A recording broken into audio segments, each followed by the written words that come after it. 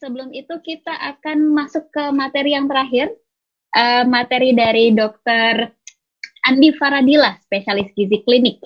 Nah, Dr. Andi Faradila akan membahas tentang nutrisi untuk menjaga sistem imun tubuh. Mungkin juga membahas sedikit ya dok, bagaimana banyaknya makanan-makanan sekarang, boleh makan ini, boleh makan itu untuk mencegah corona itu benar atau tidak? Ya, mungkin bisa dijelaskan sama Dr. Dila. Silakan dokter. Terima kasih Dr. Osi. Selamat siang menuju sore. Saya juga terima kasih untuk semua narasumber, moderator, ilmunya bermanfaat sekali di siang hari ini. Selanjutnya saya akan sharing tentang nutrisi terkait juga dengan COVID ini, bagaimana kemudian kita menjaga agar kita tetap makan yang sehat dengan adanya pandemi corona ini. Jadi kira-kira saya akan coba bahas tentang apa sih hubungan antara imunitas dan nutrisi, bagaimana kemudian nutrisi ini bisa menyokong imunitas kita, lalu kemudian apa saja sebenarnya faktor-faktor selain nutrisi yang juga mempengaruhi imunitas kita. Jadi penting juga saya rasa untuk kita sama-sama ketahui, lalu kemudian bagaimana nutrisi yang seimbang itu untuk menjaga supaya imun kita tetap bagus. Dan saya juga akan coba bahas dengan sedikit detail nutrisi-nutrisi spesifik bagi imunitas kita, mungkin juga beberapa yang banyak dibahas di WA, di sosial media, lalu kemudian juga sedikit mengenai bagaimana menggunakan suplemen, karena saya juga banyak ditanya tentang bagaimana sih kita bijak menggunakan suplemen, terutama untuk mengatasi pandemi COVID ini.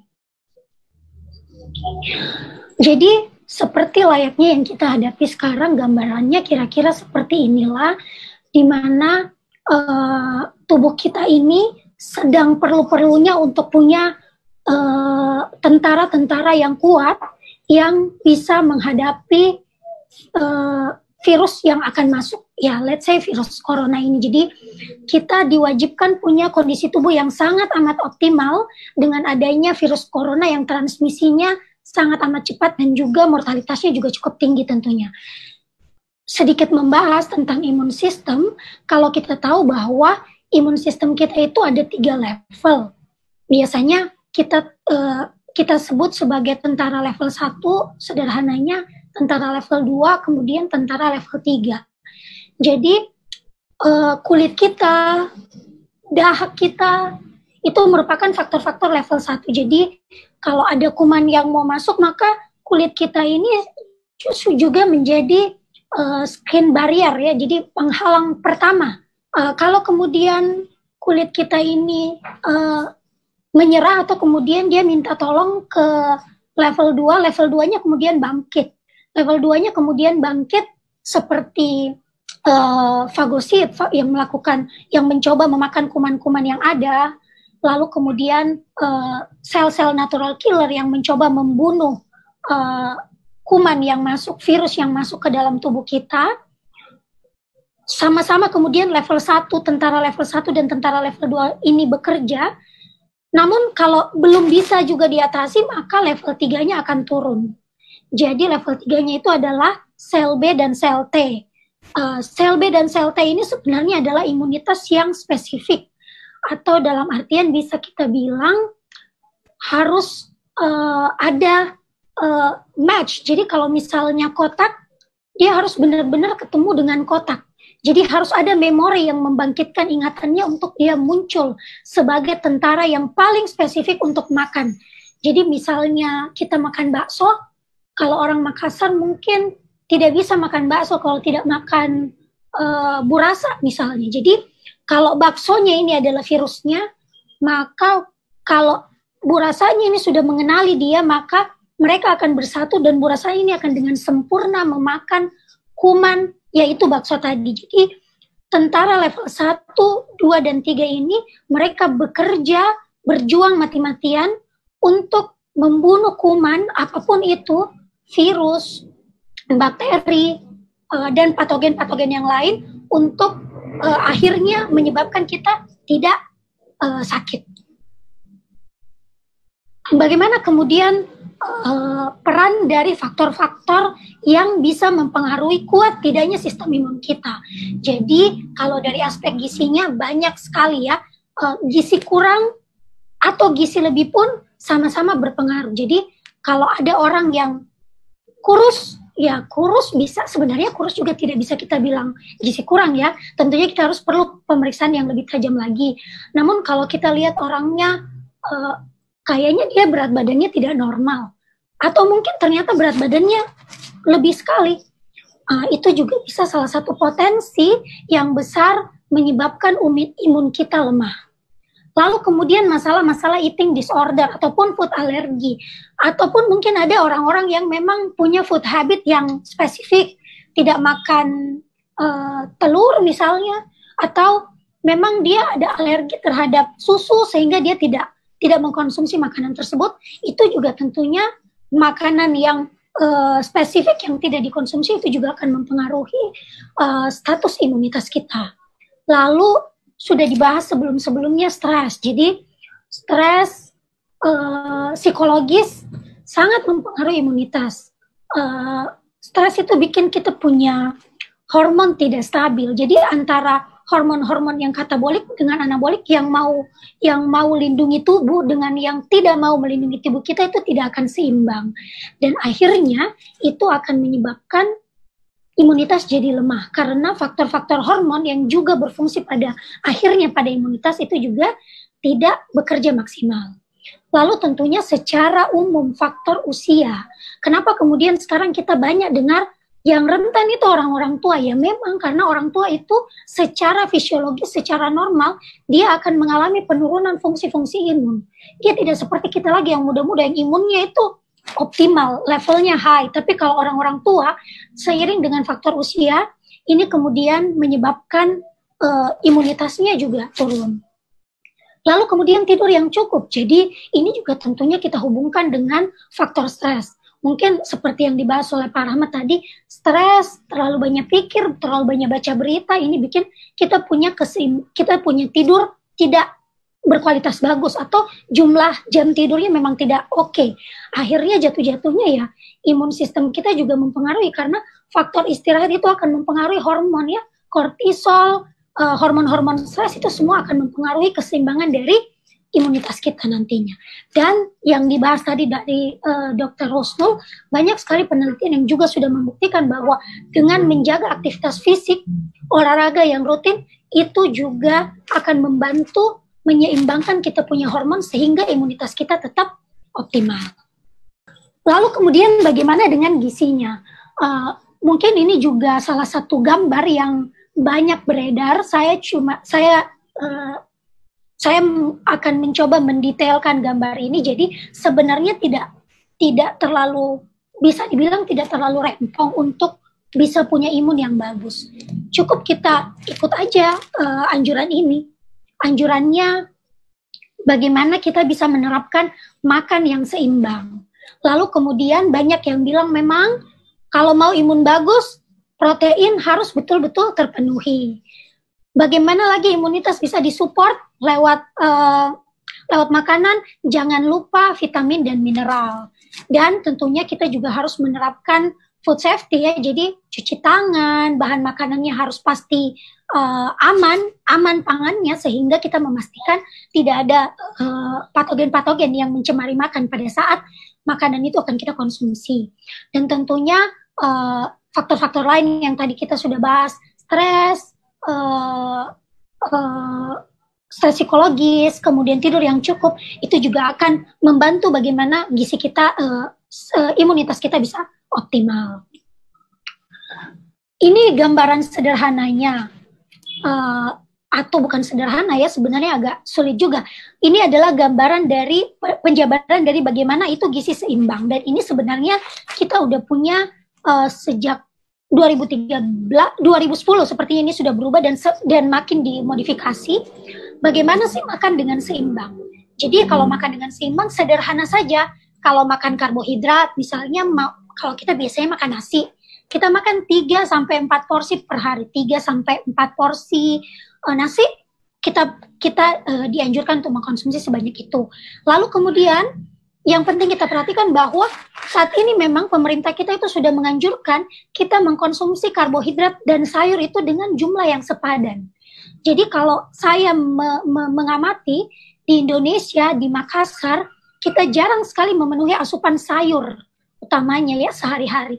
Padahal sayur dianjurkan sama dengan konsumsi karbohidrat. Tapi coba lihat karbohidrat. Berapa banyak konsumsi karbohidrat dalam sehari? Ya, hampir seluruh makan kita di satu hari itu, hampir semuanya baik itu snack maupun makanan utama itu full of karbo. Padahal pemerintah sendiri sudah menyetarakan antara porsi karbo dan sayur ya. Kemudian porsi protein 2-4 porsi, lalu kemudian porsi buah 2-3 porsi. Kalau kita sudah menerapkan ini dalam makan besar ataupun makan kecil kita, maka insya Allah kita udah makan dengan seimbang. Ini kemudian mungkin nutrisi spesifiknya ya. Jadi kalau kita tahu protein itu ada 2, ada hewani, ada nabati.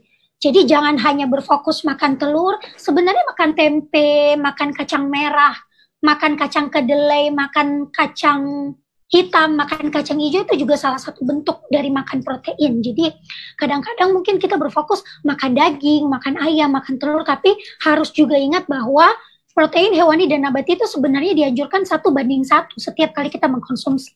Dan kalau kita berbicara tentang imunitas, ya protein itu ya memang protein hewani dan nabati, jadi jangan satunya digeser fungsinya. Kalau bisa kita tetap makan 1:1 hewani dan nabati ya di usia dewasa. Lalu bagaimana dengan nutrisi spesifik terkait dengan vitamin dan mineral? Kalau kita merujuk penelitian dan rekomendasi-rekomendasi yang ada, kira-kira inilah vitamin-vitamin dan mineral yang banyak dikeluarkan dalam rekomendasi atau kemudian banyak kembali dikaji bagaimana dia bisa bekerja spesifik terhadap imunitas tubuh kita. Jadi vitamin A, vitamin B, vitamin D, vitamin E, kemudian untuk mineralnya yaitu zinc dan selenium. Saya tidak membahas ini satu persatu karena keterbatasan waktu. Mungkin juga kita sudah banyak melihat pembahasan ini, entah itu kita bahas di grup-grup yang medis ataupun non medis. Namun yang perlu kita perhatikan sebenarnya dalam vitamin dan mineral ini juga terkait dengan penggunaan suplemennya adalah bagaimana sih memenuhinya. Sebenarnya kalau kita merujuk tidak perlu susah-susah tanya, kalau makan saya mau makan zinc yang tinggi itu saya harus makan apa? Kalau saya mau makan selenium yang tinggi itu saya harus makan apa? Karena terus terang saya banyak sekali ditanya tentang itu. Jadi saya cuma mau bilang bahwa kalau kita makan sayur dan buah dalam porsi yang ditentukan dari makan seimbang, insya Allah kita akan memenuhi kebutuhan dari vitamin dan mineral tadi. Jadi kalau mau vitamin A-nya tercukupi, vitamin B-nya tercukupi, vitamin C-nya tercukupi, vitamin D-nya, vitamin E-nya, mineralnya tercukupi, penuhi saja porsi yang dianjurkan dari pedoman makan seimbang yang dikeluarkan oleh negara kita. Kalau kita bisa makan sayur dan buah dalam porsi 3-4 per hari, niscaya kita udah memenuhi. Sayangnya, saya yakin tidak banyak dari kita yang memenuhi rekomendasi tersebut. Kemudian kalau kita bicara angka-angkanya, ya boleh dibaca sendiri. Tapi mungkin kalau kita mau ditelaah ini kuat-kuat juga mungkin agak melelahkan ya. Namun yang saya berikan referensi ini adalah referensi dari angka kecukupan gizi Indonesia. Jadi kalau sebenarnya banyak yang tanya kita berapa banyak sih yang saya harus makan, sebenarnya bisa aja langsung aja cari di tabel, cari di internet angka kecukupan gizi Indonesia tahun 2013 yang sudah direvisi ke 2019, namun masih menggunakan kajian di 2013. Jadi ini masih relevan dan kita bisa lihat kira-kira berapa sih yang kita harus makan ya. Mungkin juga ini bisa jadi referensi kalau ada yang tanya kita, terus kalau saya minum vitamin ini yang ada kandungannya ini, terus berapa dong yang saya makan? Cocok aja ini vitaminnya, cocok aja komposisinya. Banyak sekali tuh pasti yang tanya. Jadi Ini adalah rekomendasi untuk orang sehat di usia rata-rata 18 sampai 50 tahun, baik itu laki-laki ataupun perempuan. Jadi kalau ada yang tanya, lihat saja rekomendasinya ini. Lalu kemudian bukalah komposisi vitamin yang akan kita mau beli, lalu kemudian cocok-cocokkanlah yang mana yang paling cocok atau paling mendekati atau lebih sedikit atau kurang sedikit. Carilah yang bisa memenuhi kira-kira semuanya ini. Lalu kemudian pertanyaannya, perlukah suplemen? Kalau kita merujuk pada referensi yang ada, satu tadi pesannya bahwa kalau sudah makan seimbang, sebenarnya jangan ragu bahwa perlu nggak ya saya minum suplemen di masa-masa pandemi ini. Tapi ya mungkin kita juga penting perhatikan ya faktor-faktor lain, misalnya stres, lihat berita terus, kurang tidur, sudah mager di rumah, rebahan terus, tidak pernah olahraga, ya mungkin itu bisa jadi referensi kenapa sih kita perlu suplemen. Tapi kalau dari aspek gizi, kalau sudah makan seimbang, jangan makan suplemen. Tapi kalau memang kita terbukti defisiensi, misalnya tahu bahwa hasil laboratoriumnya, oh vitamin D saya memang defisiensi, saya udah periksa laboratoriumnya, cek darah saya memberikan saya informasi saya kurang vitamin D, ya minum aja vitamin D, boleh ya. Dan tentu mungkin juga kita udah tahu bahwa sediaan vitamin itu banyak yang megadose ya. Mungkin kalau kita lihat tadi rujukan vitamin C 75 mili, tapi kalau di pasaran kayaknya ndak ada yang rata-rata 500 mili atau 750, ada lagi 1000 mili. Aman enggak ya? Mungkin yang perlu kita perhatikan adalah apakah dia water soluble vitamin atau dia fat soluble vitamin. Jadi kalau B dan C dia adalah water soluble vitamin. Jadi mau minum, kenapa orang kemudian taruh banyak di multivitamin, ya karena gampang aja dia dikeluarkan lewat urin karena dia water soluble. Tapi kalau dia misalnya vitamin A, vitamin D, vitamin E, mesti lebih hati-hati. Atau kalau saya bisa bilang, kenapa kalau kita lihat dalam multivitamin composition itu mostly kalau vitamin A itu dia suplementasi sesuai dengan AKG, biasanya memang karena dia takut adanya toksik ya, karena fat soluble vitamin itu tidak keluar mudah lewat urin kita atau air kencing kita ya, sehingga itu mungkin yang menjadi dasar. Dan tentunya apapun kalau kita memutuskan untuk minum suplemen, mungkin yang paling penting adalah membandingkan berapa yang tertulis di angka kecukupan gizi, berapa kebutuhan harian kita, dan berapa komposisi multivitamin yang kita mau beli itu. Sebagai kesimpulan, memang tidak terbantahkan lagi bahwa kalau mau imunitasnya bagus, nutrisi atau diet adalah faktor yang begitu penting untuk kita perhatikan, apalagi di era pandemi ini. Kemudian sebenarnya lagi-lagi saya harus bilang, natural food itu selalu lebih baik dari suplemen. So, kalau mau memenuhi kalau mau memenuhi imunitas dengan baik, diet seimbang itu sudah jadi jawaban yang pasti-pasti ya. Lalu kemudian yang terakhir, kalau mau minum suplemen mungkin lebih diperhatikan lagi bagaimana perbandingan kebutuhannya dan kondisi kita saat itu ya. Kalau memang dirasakan bahwa stresnya banyak, ya boleh kita minum vitaminnya, lagi-lagi bandingkan dulu, lalu kemudian hati-hati megadose pada penggunaan vitamin. Saya rasa itu saja dok, dan teman-teman yang lain mudah-mudahan memberikan manfaat. Terima kasih. Assalamualaikum warahmatullahi wabarakatuh. Waalaikumsalam warahmatullahi wabarakatuh. Terima kasih banyak Dr. Dila atas penjelasan yang sangat baik mengenai bagaimana kita menjaga gizi, nutrisi kita untuk menjaga imunitas kita ya.